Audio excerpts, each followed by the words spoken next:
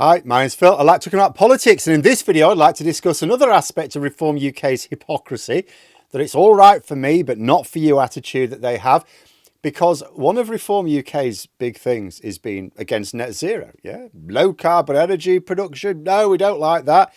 So would it surprise you to learn that a Reform UK MP has been installing solar on their own property specifically to cut down on energy bills? Do they actually believe anything that they say, or are they just a party of shills? But first, for daily political commentary, please hit the subscribe button to stay notified. So think of Reform UK, and what do they stand for? Well, top of the list would be anti-immigration, of course. Yet there was a big debate on immigration and asylum in Parliament this week, which not a single Reform UK MP decided to get involved in, despite the fact that they were all at Westminster, because although they couldn't be bothered to speak in the debate, they still managed to drag themselves out the bar to vote. So do they even really care about immigration? But it's not just immigration, as they keep telling us. They're not a one-trick pony. They also campaign for private health insurance companies and oil companies. Richard Tice has once again been talking about promoting the idea of reducing the NHS budget in order to promote private health insurance, seemingly satisfied that their NHS-loving supporters will just make excuses when we point this out to them. But they also waste no time attacking British-based energy projects in favour of multinational oil companies. You've seen the sort of thing. Net zero will make us colder and poorer. This despite the fact that we saw, after the full-scale invasion of Ukraine in 2022, energy prices in Britain double. And that was domestic energy prices. Business rates shot up even more. This is because the price of energy here is pegged to the cost of producing electricity with gas. Actually surprised a lot of people who suddenly found that their energy company was charging them higher bills when they'd been boasting that they only use clean energy. Why are the bills going up then? The cost of solar and wind hasn't increased, has it? It's because it was all lies. We all get our electricity from the national grid. Solar, wind, tidal, hydroelectric, nuclear, and of course burning biofuels and gas. All goes into the national grid, and then we draw from that. You don't suddenly have electricity lines ripped up when you change your energy supply because it's going to a different power station. Your energy is not coming directly from a power station at all.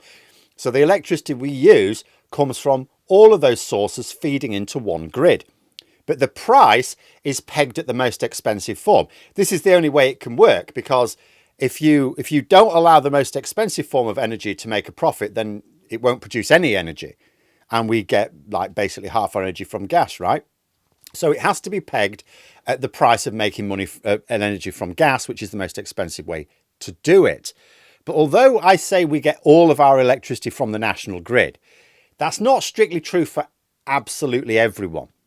It is possible to generate your own electricity locally. Of course, you would only do that if it worked out cheaper, wouldn't you? But as it happens, the most obvious ways to produce your own electricity are cheaper. This is why Rupert Lowe, one of the bored millionaires Reform UK have as a member of their parliamentary team of MPs, has installed solar panels on his farm. Nobody made him. The government didn't order him to, even though I think there possibly should be an order that every south-facing surface has a solar panel on it. But nonetheless, the government are encouraging and investing in solar as well as wind. But it's up to you whether you want it on your own property or not. And Rupert Lowe has decided that he should use solar to save on electricity bills. But this is at odds with Reform UK's stated policies, isn't it?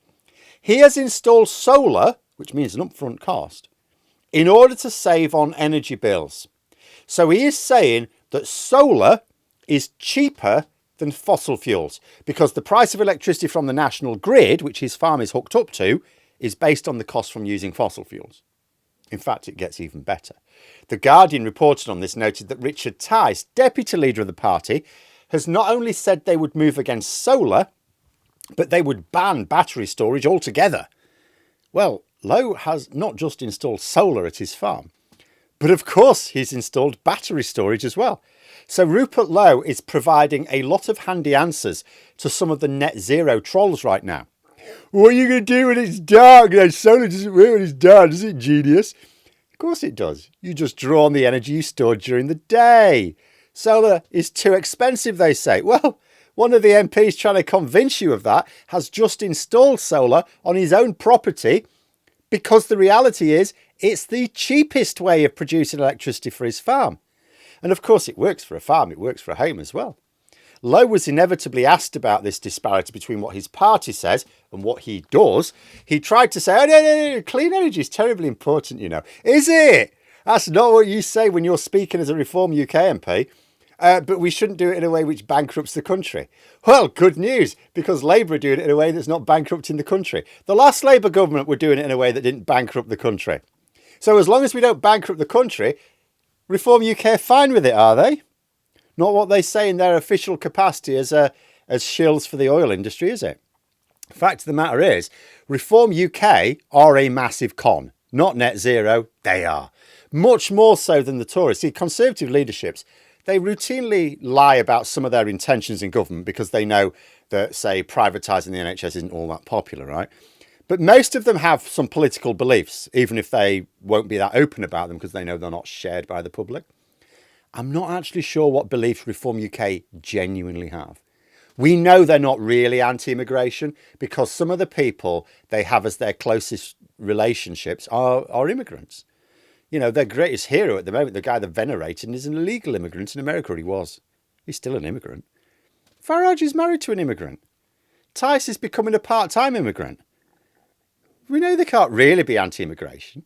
We know they don't believe in a universal healthcare system free at point of use, despite what Farage said in Parliament last week, because they never miss an opportunity to talk about wanting to replace the NHS with a private health insurance system. Tice was telling the BBC this just yesterday. Farage has been recorded saying it multiple times. So too has the champion of solar, Rupert Lowe.